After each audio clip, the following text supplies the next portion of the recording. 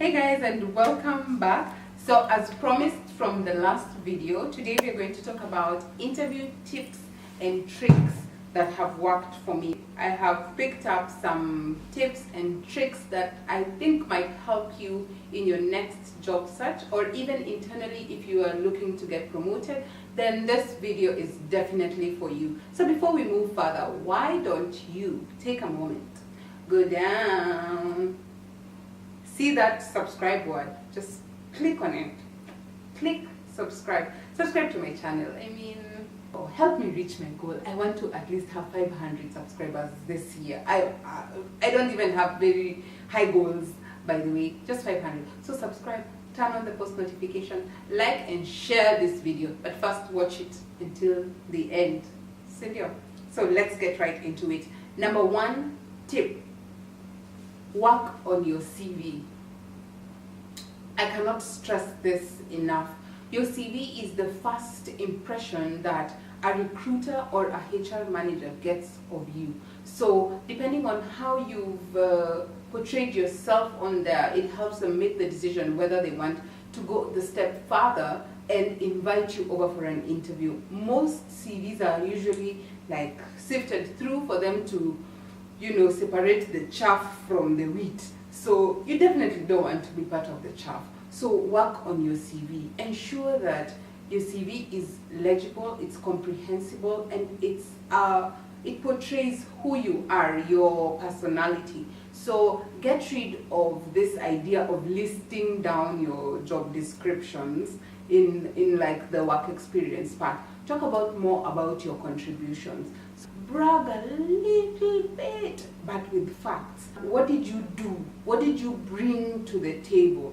Because they most definitely already know what people in that role do. So what will make you different? Make your CV clean. Let it have a flow. You could have your name and address in the title. Then you could have like your career objective or a summary of your skills. Then have your work experience, your educational background, have your skills, like extra skills that you have, and have your referees. And ensure that when you're looking for referees, that they're people who would back you up, not people who like you, people who have worked with you and know you and are interested in your growth.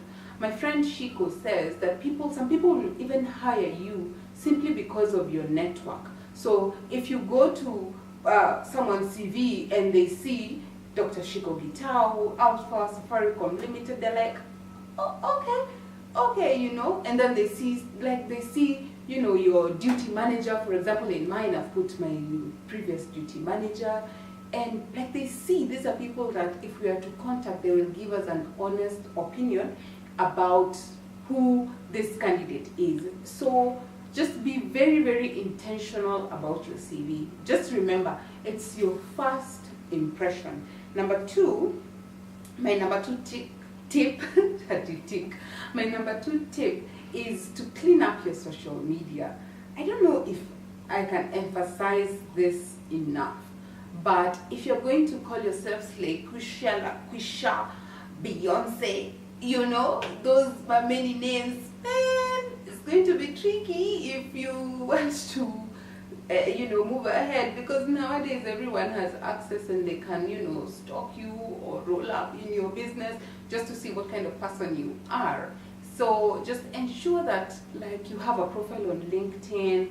I know LinkedIn has its own weirdos and all, so you might want to keep off, but if you approach it as your online CV, then you will reap great benefits from it. So think about the kind of picture that you've put on LinkedIn. Some people even put funny looking selfies with their tongues out and everything. Just try and be professional. Make sure someone can see you clearly.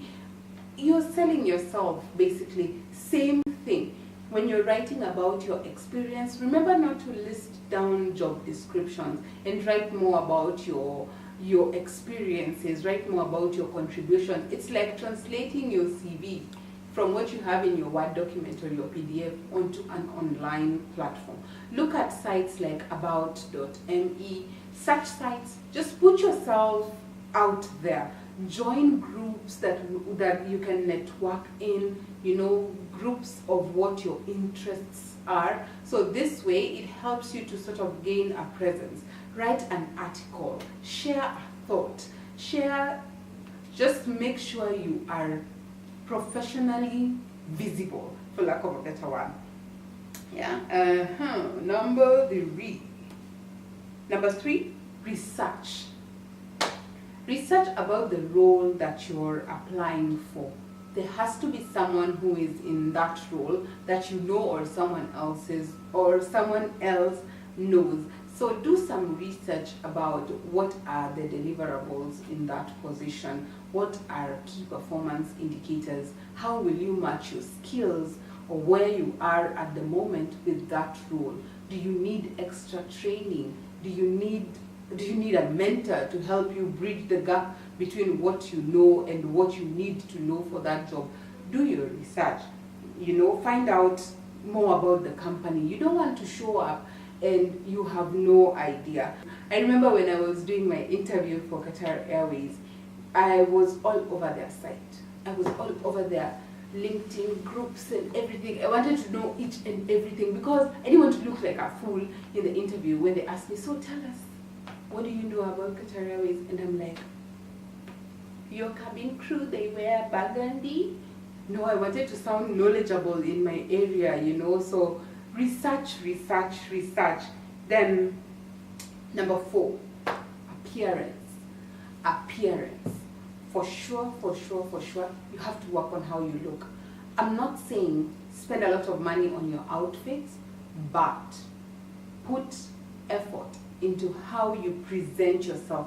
Appearance look goes further than just your outward, you know, presentation. It's more than what you're wearing. It's how you carry yourself around. The little things. Are your nails clean? They don't have to have nail polish on. Are they clean? You know, are you well kempt? Just put a little effort. For example, we have tailors everywhere. You could go to a tailor and ask them to do for you a set of pencil skirts. You know, nice pencil skirts that are well fitting. They don't charge more than 1,000 bucks, including their material. So they make for you the skirts, and then you can buy the official tops. That helps you. So when you go, you know, there's no way your outfit is going to disappoint you. What I always say is dress for your future role. Dress for success. You know what I'm saying? So take some time. Shave if you need to. Just be a little bit. Is that the baby? Ensure your hair is well done. Shave, you know, get a haircut, braid, just do something nice. Don't be looking shagala bagala. Again, the role that you are interviewing for.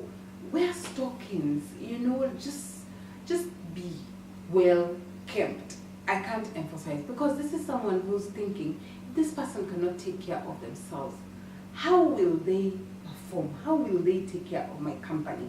How will they take care of my staff? How will they will they be able to really carry the value or the values of the company? So just, I can't stress it enough. By the way, look good, feel good. It always works for me. Look good, feel good. It boosts your morale. You know, don't be those people who walk into an interview with sandals and you're dragging them. Just walk head up, you know, focused, confident, with a little bit of swag, like you know you're the business. There's no harm in gassing yourself up, by the way, before you walk into the interview room, like you're the expert.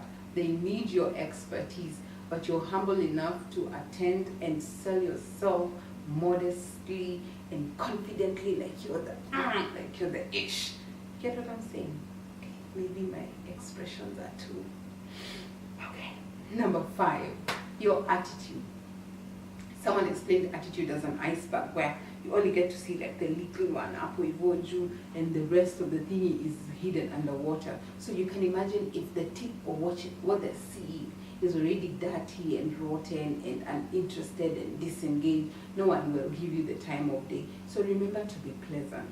And this comes from within. I mean, be positive. And when you're overflowing with positivity, energy is not lost. It's simply transferred from one body to another. So if you're positive, if you're engaged, if you're smiling, if you're pleasant, then that same energy just overflows in the room, and everyone just looks like they're so happy to see you, and they can't explain why, but it's because of what you're carrying inside.